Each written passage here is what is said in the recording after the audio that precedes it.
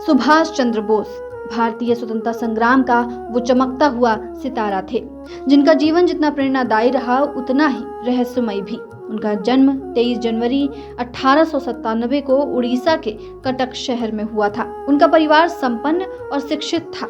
पिता जानकीनाथ बोस कटक के जाने माने वकील थे और मां प्रभावती बोस धार्मिक और संस्कारशील स्त्री थीं। परिवार में 8 बेटे और 6 बेटियां थीं, जिनमें सुभाष 9वें नंबर पर थे। बचपन से ही वो गंभीर स्वभाव के थे और किताबों के प्रति गहरी रुचि रखते थे।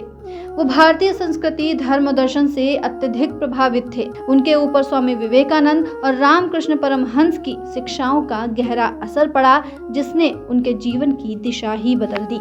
प्रारंभिक शिक्षा कटक के रेवेनशाउ कॉलेजिएट स्कूल से हुई। यहाँ वो बेहद मेधावी छात्र साबित हुए। पढ़ाई में वो अव्वल रहते थे, साथ ही अनुशासन और देशभक्ति की भावना भी उनमें गहराई से विकसित होने लगी थी।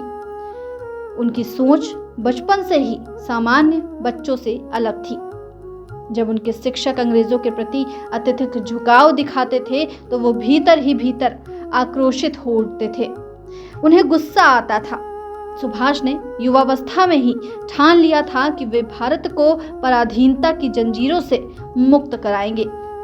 स्कूल शिक्षा पूरी करने के बाद उन्होंने कलकत्ता विश्वविद्यालय से स्नातक की पढ़ाई की। उन्होंने दर्शन शास्त्र से बीए की डिग्री प्राप्त की। इस दौरान उनकी बौद्धिक क्षमता और चिंतन शक्ति और भी निखर कर सामने आई।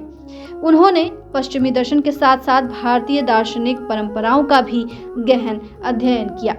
स्नातक की पढ़ाई पूरी करने के बाद परिवार की इच्छा पर वो इंग्लैंड गए और वहां इंडियन सिविल सर्विसेज की परीक्षा दी। ये परीक्षा बेहद कठिन मानी जाती थी, लेकिन सुभाष ने पहली ही कोशिश में 4था स्थान प्राप्त किया। उनकी सफलता ने सबको चकित कर दिया, लेकिन जब वो प्रशिक्षण के लिए इंग्लैंड गए थे तभी उनके भीतर ये सवाल लगातार उठता रहा कि क्या वो अंग्रेज सरकार की नौकरी करेंगे या फिर अपनी मातृभूमि की सेवा। आखिरकार उन्होंने 1921 में आईसीएस की नौकरी छोड़ दी। ये निर्णय आसान नहीं था, लेकिन सुभाष ने अपने दिल की आवाज सुनी और देश की सेवा को चुना। भारत लौटने पर वो महात्मा गांधी से मिले और कांग्रेस के संपर्क में आए। गांधी जी के अहिंसात्मक आंदोलन का उन्होंने सम्मान किया, लेकिन उनका स्वभाव उग्र और तेज तर्रार था। उन्हें लगता था कि केवल प्रार्थना और सत्याग्रह से अंग्रेज भारत छोड़कर नहीं जाएंगे। वे युवाओं को संगठित कर सशक्त आंदोलन की राह दिखाना चाहते थे। 1920 और 1930 का दशक सुभाष के राजनीतिक जीवन के लिए बेहद महत्वपूर्ण साबित हुआ। वो देशव्यापी आंदोलन में सक्रिय रूप से भाग लेने लगे। उन्हें कई बार गिरफ्तार किया गया और जेल भेजा गया। जेल की कठिनाइयों ने उनके हौसले को और मजबूत किया। धीरे धीरे वो कांग्रेस के उभरते हुए नेता बन गए। उनका व्यक्तित्व, उनका ओजस्वी भाषण और संगठन की क्षमता उन्हें युवाओं में अत्यंत लोकप्रिय बना चुकी थी। वे जवाहरलाल नेहरू के साथ कांग्रेस में नई पीढ़ी के प्रतीक के रूप में देखे जाने लगे। 1938 में कांग्रेस के हरिपुरा अधिवेशन में उन्हें अध्यक्ष चुना गया। ये उनके राजनीतिक जीवन का स्वर्णिम क्षण था।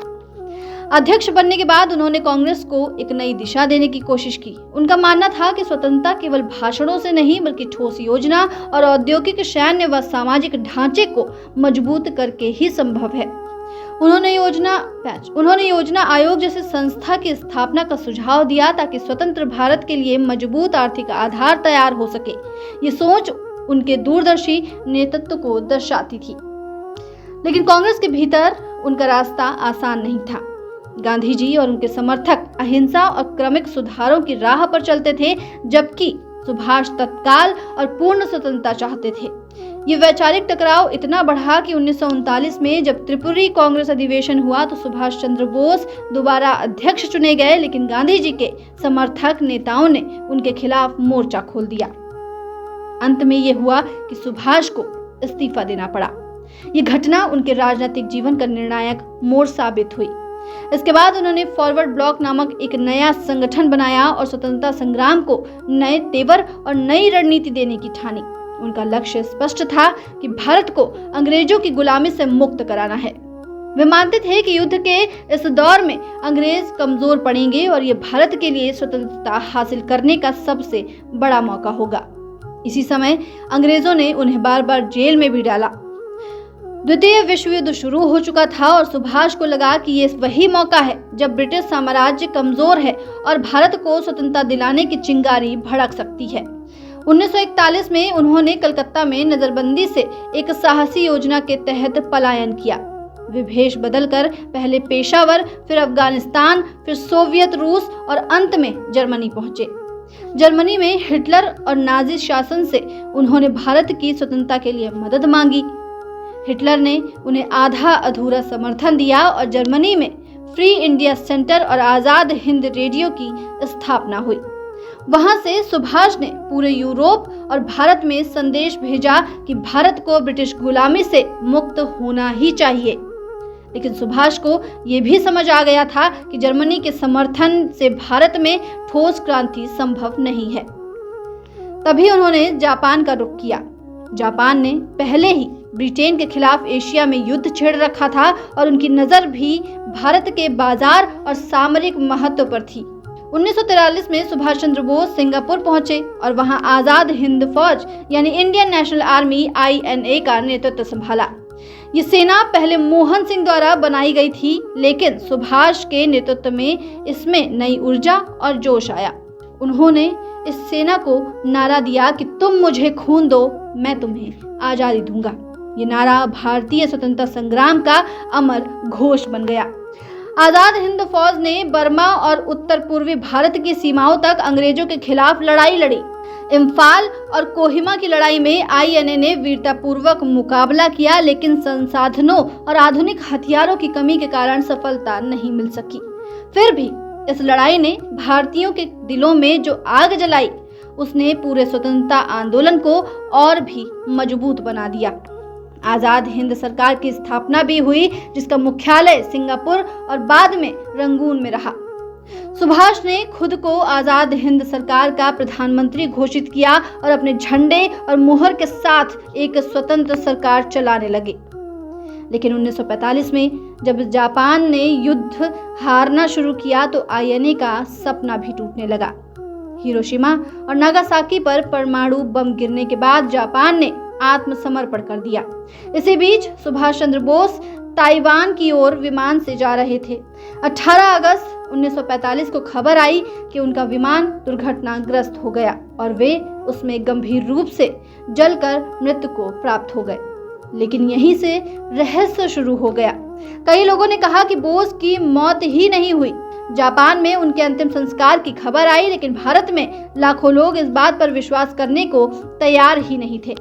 कहा जाता है कि उनकी अस्थियां जापान के रेंकोजी मंदिर में रखी गई हैं, लेकिन उनकी पहचान पर हमेशा संदेह बना रहा।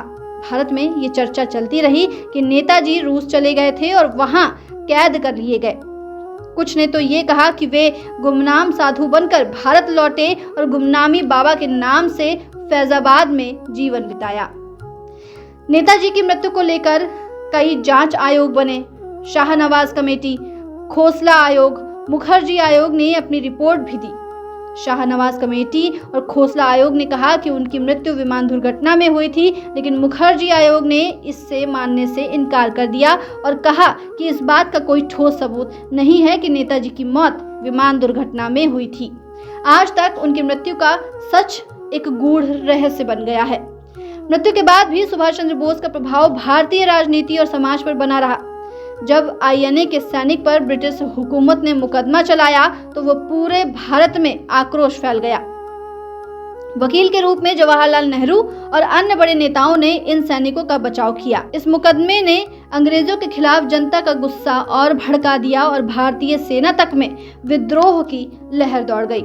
1946 में नौसैनिक विद्रोह इसी का नतीजा था कि कई इतिहासकार मानते हैं कि INA और बोस की लड़ाई ने अंग्रेजों को ये एहसास दिला दिया कि भारत पर अब और राज करना संभव नहीं है। आज नेताजी सुभाष चंद्र बोस केवल एक स्वतंत्रता सेनानी नहीं, बल्कि साहस, नेतृत्व और अटूट संकल्प के प्रतीक माने जाते हैं। उनका जीवन एक प्रेरणा है कि जब तक आप अपने लक्ष्य के प्रति ईमानदार हैं, तब तक असंभव भी संभव हो सकता है। उनके शब्द आज भी गूंजते हैं, जय हिंद, जो आजादी के बाद भारत का राष्ट्रीय नारा बन गया। अगर हम उनके जीवन को देखें तो ये केवल एक व्यक्ति की कहानी नहीं, बल्कि पूरे राष्ट्र के जागरण की गाथा है। उनकी जिजीविषा, त्याग और बलिदान ने उन्हें अमर कर दिया। चाहे उनकी मृत्यु का रहस्य सुलझे या न सुलझे, लेकिन सच्चाई यही है कि नेताजी सुभाष चंद्र बोस भारतीय स्वतंत्रता आंदोलन के सबसे महान करिश्माई नेताओं में से एक थे और रहेंगे। ऐसी तमाम जानकारियों के लिए बने रहिए दस्तक न्यूज 24 के साथ।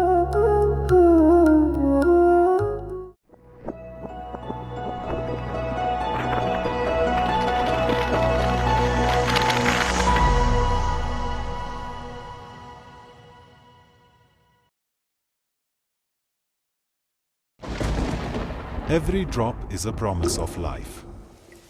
Vrishti, drop of life, packaged drinking water.